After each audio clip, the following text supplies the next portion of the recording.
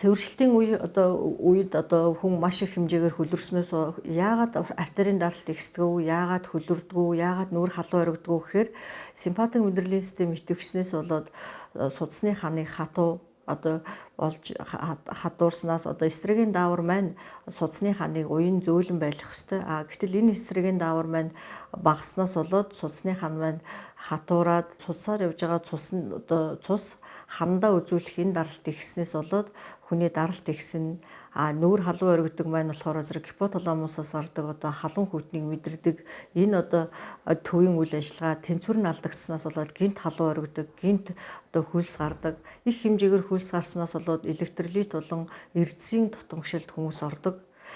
Тийм учраас бид нар энэ насандаа юу хамгийн их анхаарах вэ гэхээр зэрэг электролитийн шинжилгээ буюу натрий, калий, хлорынхаа хэмжээг үзнэ. Мөн эрдэсийнхаа хэмжээг үзэж дутамгшилтай байгаа тохиолдолд тэрийг нөхөх хэмжлэгээ бас хийх ёстой.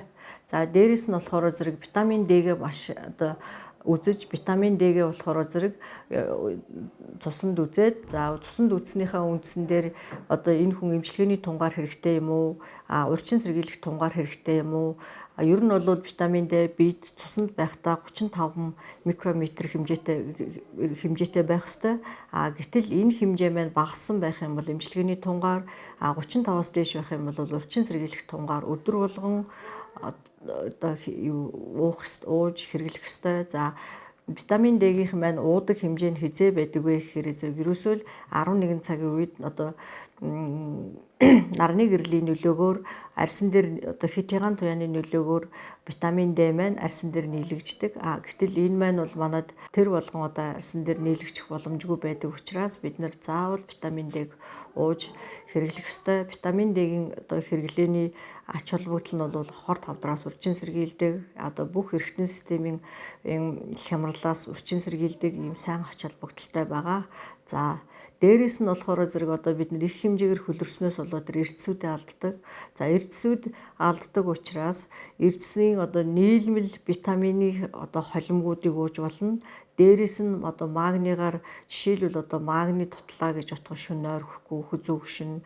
За тэгээ булчин татна, ирээн булчин татаад хөлс гойцоороод ирээн булчин татчлаа гэж хэлдэг. За энэ бол бид нар магний дангаар нь уухаас гадна магнигаар баялаг хүнсийг хэрэглэнэ. Жишээлбэл бууц сайнууд байна, луун байна.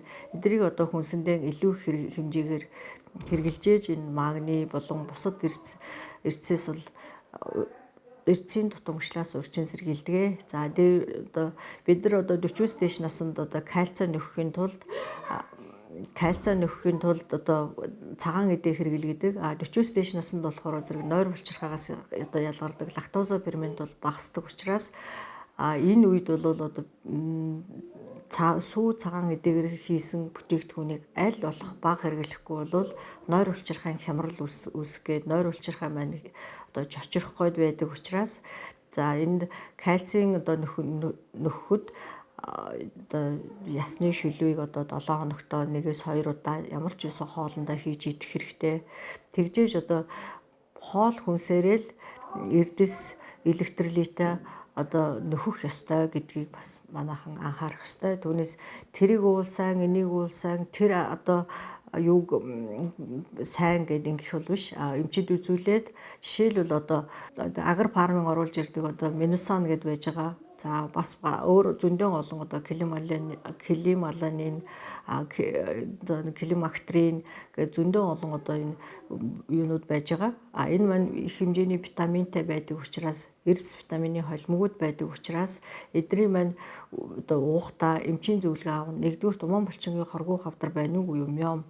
Хэрвээ миом байх юм бол энийг ямар хэмжээтэй уух уу? Хизээ уух уу?